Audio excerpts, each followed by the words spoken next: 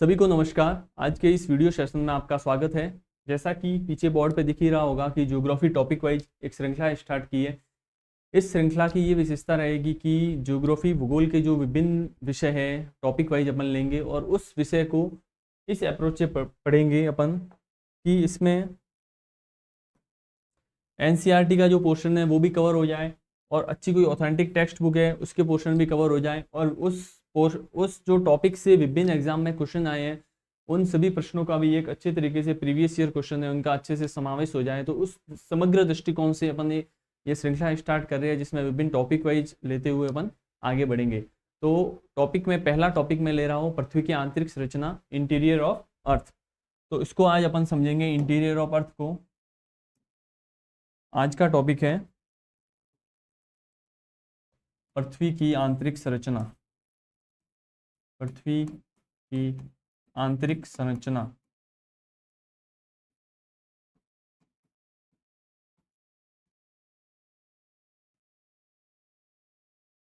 पृथ्वी की आंतरिक संरचना का अध्ययन क्यों आवश्यक है इस पे भी अपन देखेंगे। तो पृथ्वी की आंतरिक संरचना के इस टॉपिक को समझने के लिए सबसे पहले अपन ये देखते हैं कि इसका अध्ययन क्यों आवश्यक है।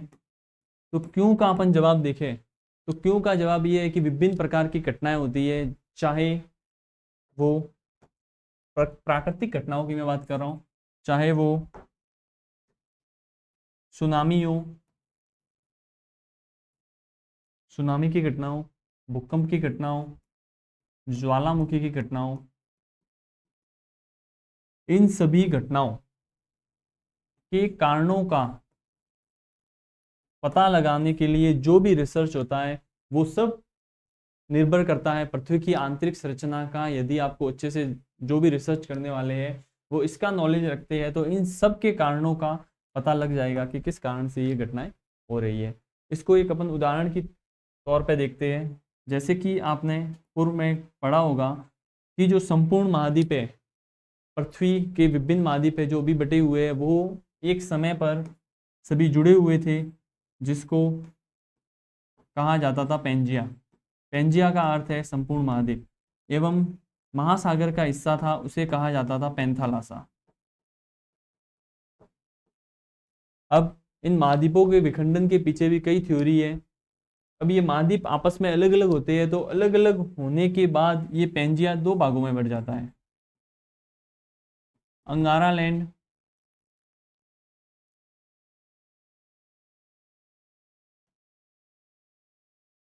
अंगारा लैंड या लॉरेंशिया,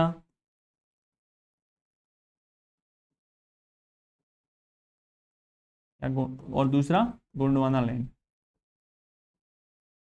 गोंडवाना लैंड। अब गोंडवाना लैंड में जो हिस्सा आता है वो उसमें हिस्सा आता है भारत का।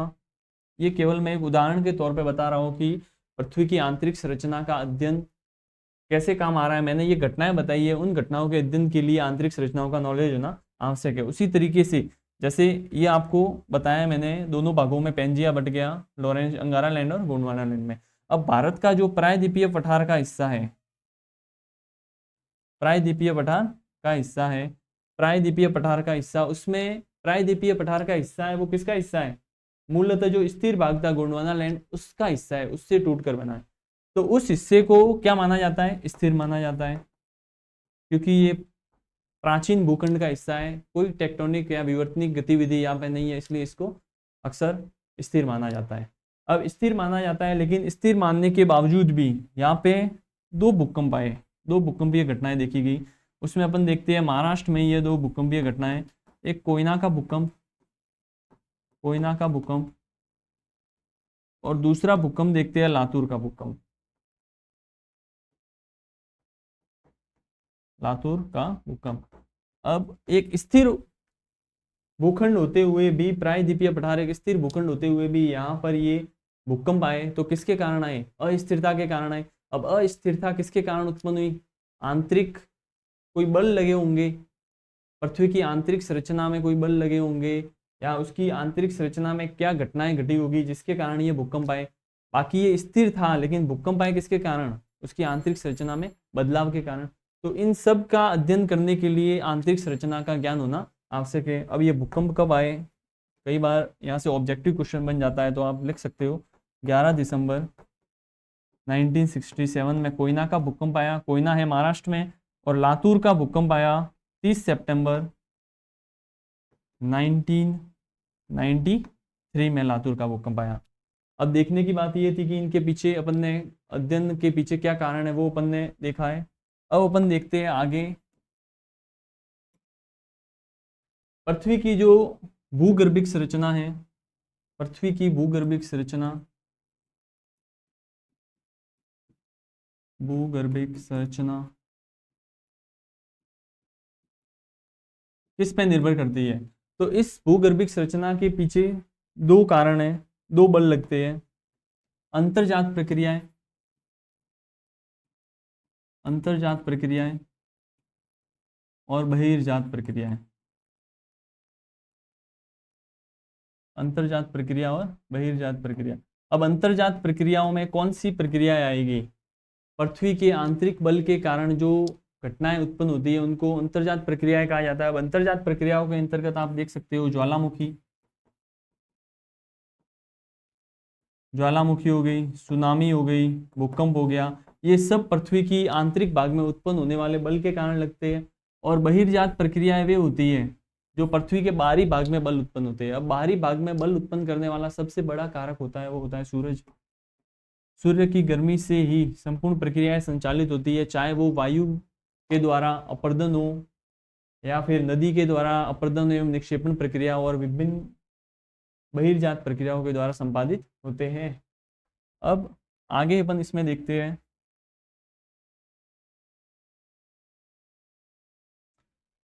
पृथ्वी की भूगर्भिक जानकारी के स्रोत। ये एनसीईआरटी में जो लिखा हुआ है उस टाइप से मैं बता रहा हूँ। पृथ्वी की भूगर्भिक जानकारी क्यों होनी चाहिए ये अपन ने देखा। पृथ्वी के धरातल पे विषमता है, उसके पीछे कारण अपन ने देखे, अंतर्जात एवं बहिर्जात बल देखे। अब भूगर्भिक जानकारी के स्रोत क्या है, यहाँ से भी प्रश्न आए हुए हैं, इसलिए भूगर्भिक जानकारी के स्रोतों को दो भागों में बांटा गया है। एक बांटा गया है अप्रत्यक्ष स्रोत और एक प्रत्यक्ष स्रोत और दूसरा अप्रत्यक्ष स्रोत। अब प्रत्यक्ष एवं अप्रत्यक्ष स्रोत कौन कौन से हैं उस पर अपन बात करते हैं। अब प्रत्यक्ष स्रोत वे स्रोत है, आप एक बार ये देखिए प्रत्यक्ष स्रोत को मैं बता रहा हूँ। प्रत्यक्ष स्रोत वे स्रोत है जो पृथ्वी के जो मटेरियल है उससे डायरेक्ट जुड़े हुए हैं, मतलब रिसर्च होगा तो उससे डायरेक्ट जुड़ा हुआ मटेरियल होगा, उससे होगा। और न ये अनुमान पर आधारित होते हैं न कल्पना के आधारित होते हैं, जो व्यवस्थित जो दिया हुआ है वही चीजें होती है। तो इसमें प्रत्यक्ष में आप क्या क्या लिख सकते हो, आप बता सकते हो। प्रत्यक्ष के अंतर्गत अपन सर्वप्रथम जो देखें, अप्रत्यक्ष में भी आएंगे और प्रत्यक्ष में, दोनों में चार चार जो दिए हुए हैं वो अपन देखेंगे। यदि ज्वालामुखी है, ज्वालामुखी पदार्थ देखे तो वो किस में आएगा, प्रत्यक्ष में आएगा, क्योंकि ज्वालामुखी जो लावा निकलता है वो पृथ्वी के लगभग 400 किलोमीटर से अंदर से निकलता है, एस्थेनोस्फीयर से निकलता है।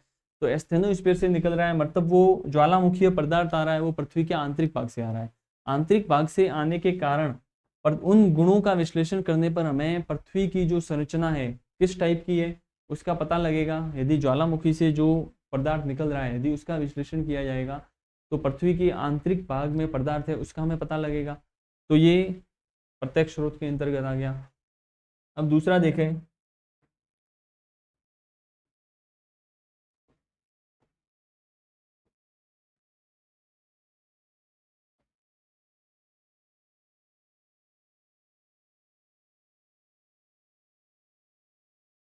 इसमें मैं अलग अलग से लिख लेता हूँ।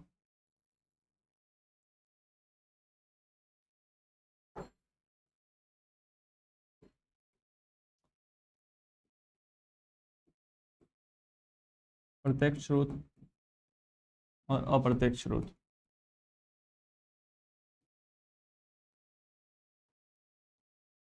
अप्रत्यक्ष स्रोत के अंतर्गत अपन ने देखा एक ज्वालामुखी पदार्थ,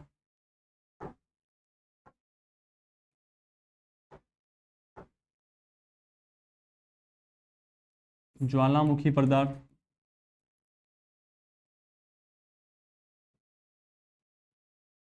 ज्वालामुखी पदार्थ का मैंने ये बताया कि 400 किलोमीटर से जो लावा निकलता है उस लावे का अध्ययन करने पर हमें पता लगेगा कि इतनी गहराई में पृथ्वी में जो मटेरियल या पदार्थ है उसकी प्रकृति क्या है। अब ज्वालामुखी पदार्थ के अपन पे देखे थे, दूसरा तो प्रत्यक्ष जो स्रोत है डायरेक्ट जुड़ा हुआ है पृथ्वी से, ऐसे नहीं कि अपन कल्पना कर रहे हैं, उसके बेसिस पे पृथ्वी का अनुमान लगा रहे हैं। धरातलीय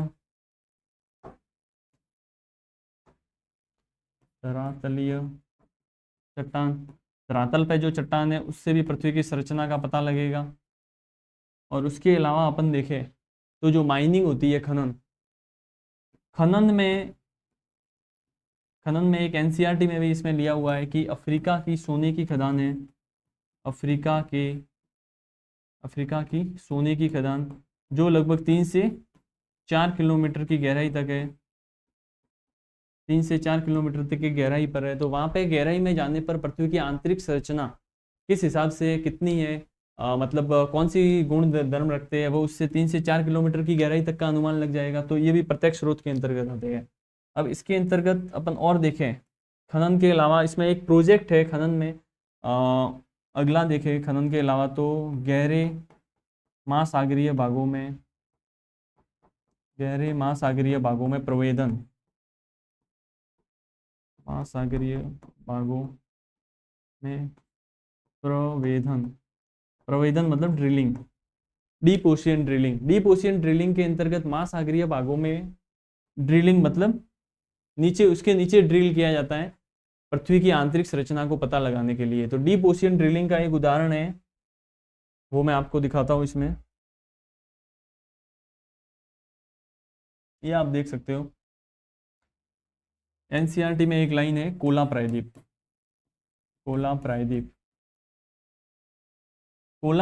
में 12 किलोमीटर की गहराई तक ड्रिलिंग की गई है, 12 किलोमीटर की गहराई तक ड्रिलिंग की गई। अब ये कोला प्रायद्वीप की लोकेशन कहाँ पे है, तो लोकेशन में आप देख सकते हो कोला प्रायद्वीप, ये कोला सुपर डीप बोरहोल। अब ये इसकी लोकेशन किधर है, ये अब ये आप देश देखो तो इसमें देख सकते हो, ये रहा नॉर्वे, स्वीडन, फिनलैंड, यहाँ पे आर्कटिक महासागर है। और ये वाला जो एरिया है ये रूस का है पूरा।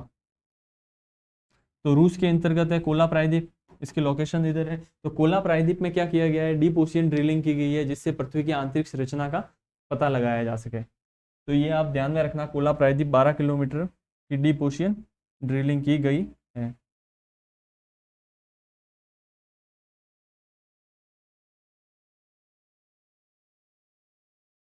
इसके अलावा अपन अब अप्रत्यक्ष स्रोतों की तरफ जाते हैं। अप्रत्यक्ष स्रोतों के अंतर्गत उन स्रोतों का अपन देखेंगे जो पृथ्वी से उनका अध्ययन करने पर वो डायरेक्ट जुड़े हुए नहीं है, लेकिन उनका अध्ययन करने पर एक अनुमान लगाया जाता है उसके आधार पर कि शायद इतनी गहराई तक ये स्थिति रही होगी। जैसे कि तापमान अपन देखें, पृथ्वी की संरचना पर क्या तापमान है, फिर 100 मीटर तक अपन चेक करेंगे, जहाँ तक मानवीय क्षमताएं है वहाँ तक चेक करेंगे। जैसे कि मानवीय क्षमताएं 100 मीटर तक है तो 100 मीटर तक चेक कर लिया। उसके बाद में देखा कि प्रत्येक 100 मीटर में कितना बढ़ रहा है, तो क्या इतना बढ़ रहा है। उसके बाद एक अनुमान लगाया कि तो इतना वहाँ पे होना चाहिए, या फिर भूकंपीय तरंगों के आधार पर अनुमान लगाया। तो ये अनुमान लगाने के जो स्रोत है वो किस पे होंगे, अप्रत्यक्ष स्रोत में होंगे। तो अप्रत्यक्ष स्रोत में अपन पहला देखते हैं, अप्रत्यक्ष स्रोत के अंतर्गत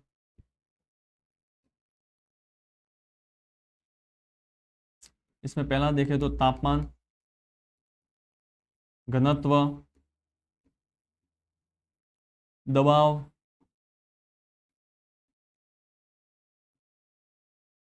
दबाव के बाद अपन देखें तो उल्कापिंड, गुरुत्वाकर्षण बल,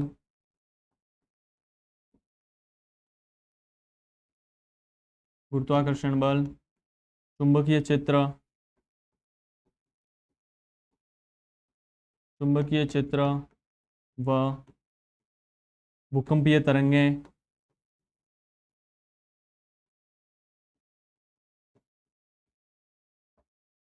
एक इसमें एनसीईआरटी में सब दिया हुआ है, गुरुत्व विसंगति। यहाँ पे मैं लिख रहा हूँ, इसको अपन डिटेल में भी डिस्कस करते हैं। गुरुत्व विसंगति, ग्रेविटी एबनॉर्मली, गुरुत्व विसंगति, इसको अपन डिस्कस करते हैं। अब एक एक टॉपिक को अपन देखते हैं जी। जैसे कि अप्रत्यक्ष स्रोत में तापमान, घनत्व, दबाव, उल्कापिंड, गुरुत्वाकर्षण हो गया, चुंबकीय क्षेत्र, भूकंपीय तरंगें एवं गुरुत्व विसंगति एक परिभाषा है इसकी। कि है क्या, इसको अपन डिस्कस करेंगे। और तापमान में आप जैसे देखोगे एग्जाम्पल से मैंने ये बताया कि यहाँ तक इतना बढ़ रहा है, तो आगे उसकी क्या संभावना रहेगी, कितना बढ़ेगा, वो एक अनुमान के आधार पर पता लगाते हैं। तो ये अप्रत्यक्ष स्रोत हो गई। अब आप एक चीज और बोलोगे इसमें कि उल्का पिंड कैसे अप्रत्यक्ष स्रोत में आ गया। पृथ्वी लगभग बिग बैंग थ्योरी जो दी हुई है उसके आधार पर एक महाविस्फोट से ये सब अलग हुए। तो जो मटेरियल से उल्का पिंड बना हुआ है, उस मटेरियल से क्या बना हुआ है, उसी मटेरियल से पृथ्वी भी बनी हुई है। तो उल्का पिंड के मटेरियल का अध्ययन करने पर हमें पता लगेगा कि पृथ्वी के आंतरिक भाग में किस तरीके की चट्टानें, लेकिन प्रॉपर देखें तो वो प्रत्यक्ष रूप से तो पृथ्वी से जुड़ा हुआ नहीं है, पृथ्वी का ही वर्तमान पृथ्वी का ही तो हिस्सा नहीं है, इसलिए इसको अप्रत्यक्ष स्रोत में रखा गया है। तो इनका अध्ययन इस तरीके से करेंगे। अपन एक एक डिस्कस करते हैं, टेम्परेचर हो ना तो दबाव हो, वो सब एक एक करके डिस्कस करते हैं। अब अगली स्लाइड पे देखते हैं। एक टॉपिक पहला लिया अपन ने तापमान, और प्रत्यक्ष स्रोत के अंतर्गत लिया तापमान। अब तापमान के अंतर्गत मैंने शुरू में आपको बताया कि प्रत्येक 100 मीटर की गहराई पर तापमान कितना बढ़ता है, 2 से 3 डिग्री। प्रत्येक 100 मीटर की गहराई पे टेम्परेचर 2 से 3 डिग्री सेंटीग्रेड बढ़ता है। प्रत्येक 100 मीटर की गहराई पर 2 से 3 डिग्री सेंटीग्रेड टेम्परेचर बढ़ता है। अब यही चीज अपन देखते हैं, यदि पृथ्वी के धरातल से 100 मीटर नीचे जाएंगे तो 2 या 3 से डिग्री की क्या तापमान में बढ़ोतरी दिखाई देगी। अब पृथ्वी की यदि आंतरिक मतलब आप केंद्र देखें, ये केंद्र आ गया। अब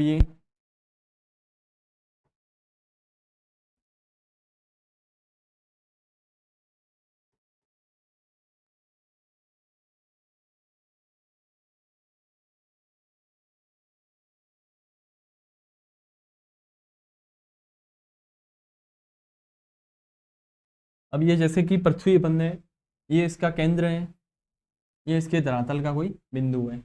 अब इसकी जो यहाँ से यहाँ तक लेंथ है और यहाँ से यहाँ तक लेंथ है, आपको ये पता होगा कि बिल्कुल पूर्णतः गोलाकार पृथ्वी नहीं है, इसकी आकृति क्या है, जियोइड। जियोइड जियोइड आकृति मतलब ये एक तरीके से चपटी आप कह सकते हो। तो ये ध्रुवों की तरफ आप देखेंगे तो यहाँ से यहाँ तक दूरी इसकी अपेक्षा क्या है, भूमध्य रेखा की अपेक्षा क्या है, कम है। अब प्रत्येक 100 मीटर की गहराई पर जाकर 2 से 3 डिग्री का अंतर पड़ता है। तो पृथ्वी की जो त्रिज्या है वो है 6300, कहीं पे 71 भी दे रखी है, कहीं पे 70 भी दे रखी है, और कहीं पे 78 भी दी हुई है। तीनों दी हुई है, कई जगह कई टेक्स्ट बुक में 78 भी दी हुई है, बाकी एनसीईआरटी में 71 दी हुई है। अब अपन देखते हैं कि पृथ्वी की 71 किलोमीटर इतनी गहराई तक है, तो पृथ्वी के आंतरिक भाग में तापमान क्या होगा यदि इस तरीके से प्रत्येक 100 मीटर पर 2 से 3 डिग्री नीचे आ रहा है। तो इसका एक अपन अनुमान लगाएंगे। तो लगभग यहाँ तक ही अपन नहीं देखें, उससे पहले ही देखें तो 2900 किलोमीटर की गहराई तक लगभग इस दर से अपन टेम्परेचर देखें कि बढ़ रहा है, तो 2900 किलोमीटर की गहराई तक ये हो जाएगा 25,000 डिग्री सेंटीग्रेड। अब बताइए आपके 25,000 सेंटीग्रेड पर पृथ्वी का अस्तित्व ही नहीं रहेगा, वो बिल्कुल पिघल जाएगी 25,000 डिग्री सेंटीग्रेड पे। तो 25,000 डिग्री सेंटीग्रेड पे इसका अस्तित्व ही नहीं रहेगा, मतलब इससे टेम्परेचर क्या है पृथ्वी के केंद्र पर, कम। तो ये चीजें शुरू में पता नहीं थी, लेकिन बाद में धीरे धीरे इसको पता लगा कि ये टेम्परेचर कम क्यों है। तो ये टेम्परेचर कम होने के पीछे कारण है रेडियो एक्टिव तत्वों की सक्रियता। रेडियो एक्टिव तत्व। अब रेडियो एक्टिव तत्व क्या होते हैं, जो विभिन्न उष्मा का क्या करते हैं, उष्मा जनित करते हैं, उष्मा जनित करते हैं। अब ये रेडियो एक्टिव तत्व है वो पृथ्वी की केवल भूपर्पटी में ही ज्यादा पाए जाते हैं। किधर, भूपर्पटी में, केवल ऊपर की पर्पटी है, पृथ्वी के ऊपरी भाग में इसका सकेंद्रण क्या है, ज्यादा केंद्रित है। इस ज्यादा केंद्रित होने के कारण बढ़ने की दर शुरू में ज्यादा रहती है, और बाद में धीरे धीरे रेडियो एक्टिव तत्व जैसे जैसे कम होते जाते हैं उस दर से ये क्या है, बढ़ोतरी कम होती जाती है। तो तापमान बढ़ने का आपने ये देख लिया कि क्या रेट रहती है और कितना रहता है। अब आधुनिक प्रयोगों से ये पता लगा है कि लगभग 400 किलोमीटर तक की गहराई तक, 400 किलोमीटर की गहराई तक तापमान कितना होता है अपन देखेंगे अभी, और 700 किलोमीटर पे देखेंगे, फिर 2900 किलोमीटर पे टेम्परेचर कितना होता है, और 5100 किलोमीटर पे। ये कभी कभी डायरेक्ट पूछ लेते हैं।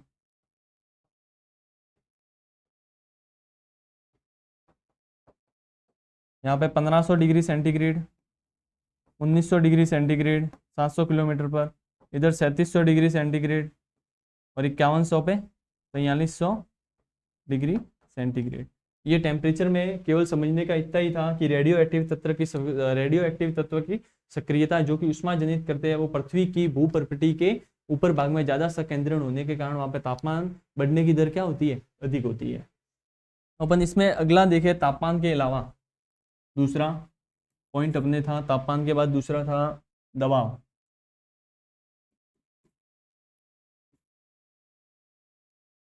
अब दबाव में अपन देखें तो पृथ्वी का जो आंतरिक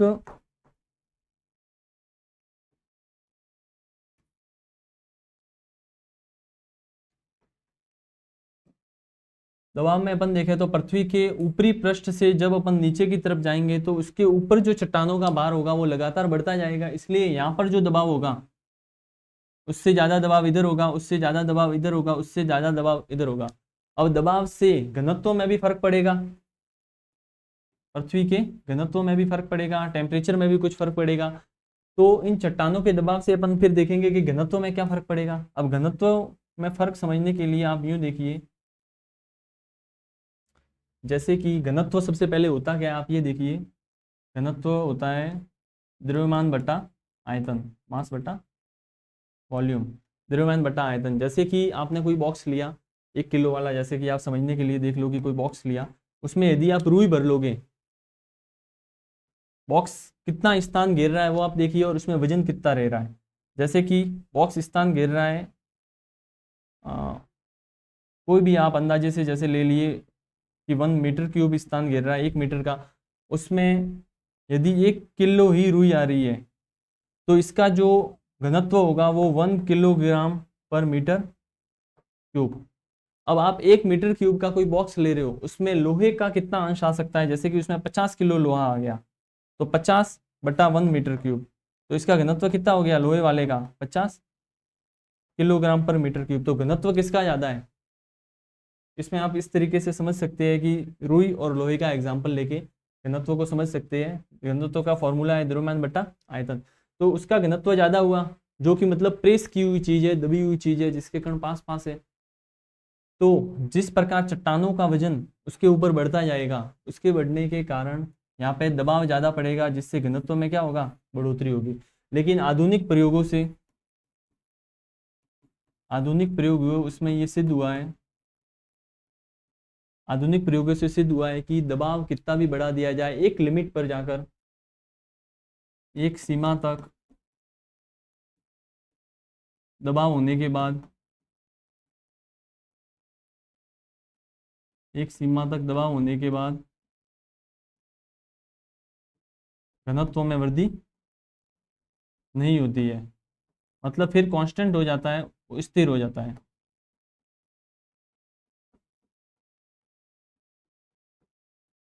एक सीमा तक यदि आप दबाव बढ़ा रहे हो कंटिन्यू, यदि शुरू में दबाव बढ़ा रहे हो, जैसे जैसे दबाव बढ़ता जाएगा वैसे वैसे क्या है, घनत्व बढ़ता जाएगा। लेकिन एक निश्चित सीमा के बाद यदि दबाव बढ़ गया, उसके दबाव के बाद उसमें घनत्व में वृद्धि नहीं होगी। अब घनत्व कितना कितना एज्यूम किया हुआ है, सर्वप्रथम अपन घनत्व देखें। घनत्व के अंतर्गत सर्वप्रथम किसने बताया घनत्व का, पृथ्वी का घनत्व, तो 1798 में कैवेंडिश नाम का एक था भूगर्भ विज्ञानी, उसने कैवेंडिश ने पृथ्वी का घनत्व बताया कि पृथ्वी का घनत्व कितना है, तो उसने बताया 5.48 गुना, किसकी तुलना में, जल का, जल का 5.48 गुना। अब जल का घनत्व कितना होता है, 1 ग्राम पर सेंटीग्राम, 1 ग्राम जल का होता है 1 ग्राम पर सेंटीमीटर क्यूब, जल का घनत्व ये होता है। तो कैवेंडिश सर्वप्रथम ये बताता है कि पृथ्वी का जो घनत्व है वो है 5.48। फिर उसके बाद दूसरा जो आता है घनत्व बताने वाला वो आता है पॉइंटिंग, वो पॉइंटिंग पॉइंटिंग पॉइंटिंग ये बताता है कि 5.49 ग्राम पर सेंटीमीटर क्यूब ये घनत्व का मात्रक रहेगा। आप ये एग्जाम्पल एक बार वापस वीडियो आगे रिटर्न लेके देख लेना, ये समझ में नहीं आया हो कि घनत्व बराबर द्रव्यमान बट्टा आयतन होता है, और रुई और लोहे का मैंने बताया वो एग्जाम्पल, उससे आप इजी हो जाएगा समझना, जो कला वर्ग के जिनको समझ में नहीं आया हो। पॉइंटिंग, उसके बाद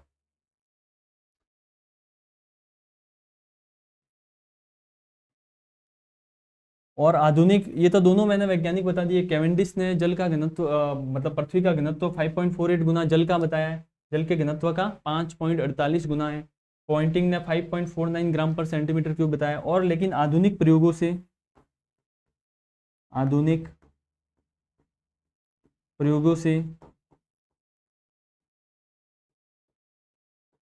प्रयोगों से 5.517 ग्राम पर सेंटीमीटर क्यूब है। आधुनिक प्रयोग मतलब सैटेलाइट आदि के आधार पर आजकल ये बताते हैं कि पृथ्वी का घनत्व कितना है। तो अपन ने प्रत्यक्ष एवं अप्रत्यक्ष जो मैंने शुरू में बताए थे,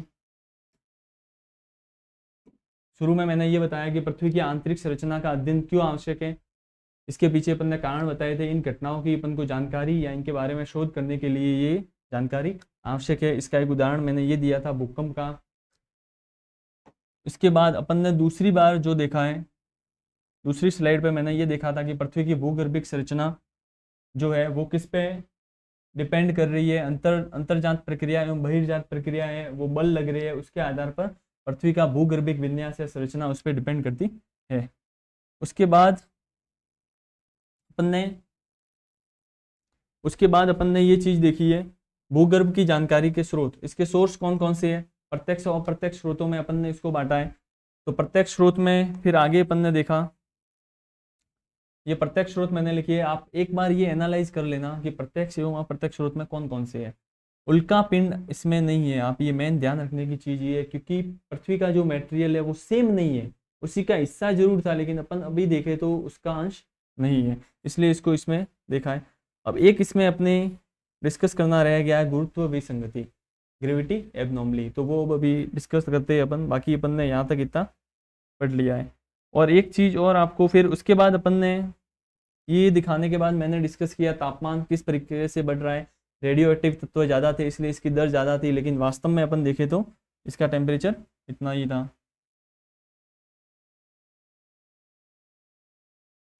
इसके बाद एक चीज़, डीप ओशियन ड्रिलिंग में मैंने आपको बताया था कोला प्रायद्वीप में 12 किलोमीटर की गहराई तक ड्रिलिंग हो चुकी है, ये अपन पढ़ चुके थे। इसके बाद अपने बस अब चीज़ रही है एक ही देखने की रही है, गुरुत्व विसंगति। गुरुत्व विसंगति, ग्रेविटी एबनॉर्मली। अब गुरुत्व विसंगति है क्या? अब गुरुत्व विसंगति वास्तव में जैसे कि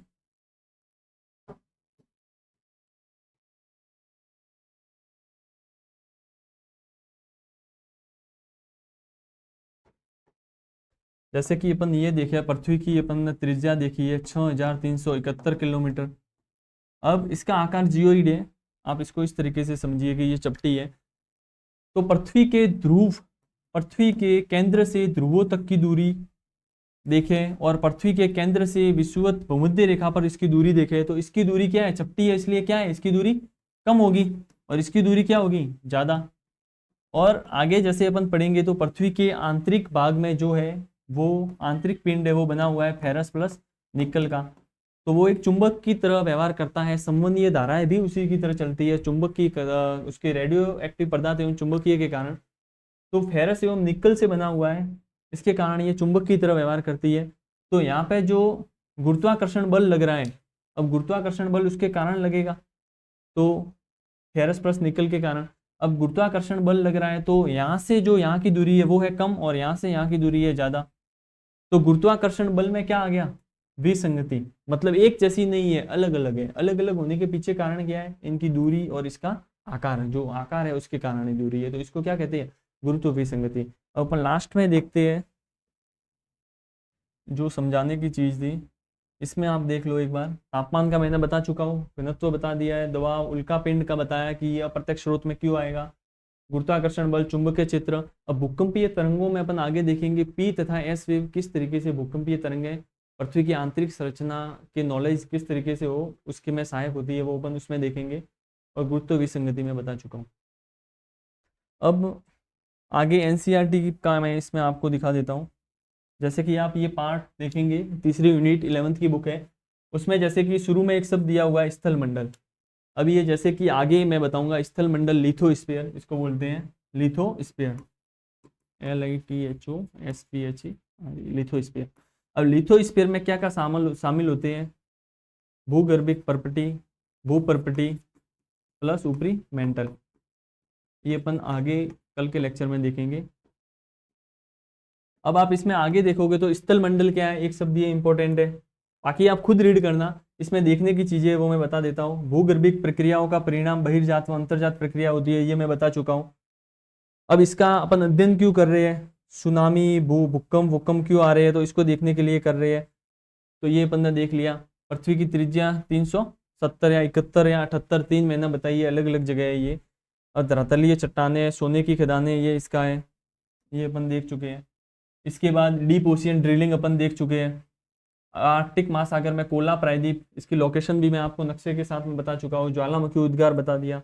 अब अप्रत्यक्ष स्रोत में आप देखो तो तापमान, दबाव, घनत्व, ये वही सेम चीज़ है जो अपन ने पढ़ी है। उल्काएं, ठीक है। और इसके अलावा गुरुत्वाकर्षण, चुंबकीय चित्र और भूकंपीय क्रियाएं शामिल है। पृथ्वी के भीतर असमान वितरण इसको दिखाता है। और गुरुत्व विसंगति क्यों है, ये भी देख लो, ये भी मैं समझा चुका हूँ। इसकी फिर जो एनसीईआरटी में दिया हुआ है, इसको भूकंप आदि से जोड़ के बताया गया है। लेकिन कल एक बार, कल के वीडियो में अपन ये देखेंगे कि पृथ्वी की आंतरिक संरचना है वो किस तरीके से है। जैसे कि ये पृथ्वी की आंतरिक संरचना किस तरीके से है, इसमें कौन सी अवस्था, किस अवस्था में है, मतलब कौन सा पोर्शन। और इसमें जो असंबद्धता परत है, डिसकंटिन्यूटी लेयर, मतलब कहाँ पे जाके अचानक घनत्व में परिवर्तन हो जाता है, कौन सी स्टेज में, तो इसको अपन देखेंगे। इस पे अगला पूरा वीडियो लगेगा। और तीसरे वीडियो में अपन जो एमसीक्यू दिए हुए हैं इसके प्रीवियस ईयर या वो आए हुए होंगे इससे संबंधित, वो अपन डिस्कस करेंगे। तो बिल्कुल आप कमेंट करके बताएं कैसा वीडियो लगा आपको। और इसमें आपका यदि कोई सुझाव हो कि सर इस तरीके से आप लेके इस सीरीज में कुछ बदलाव करो, तो वो भी बिल्कुल विचार किया जाएगा। धन्यवाद।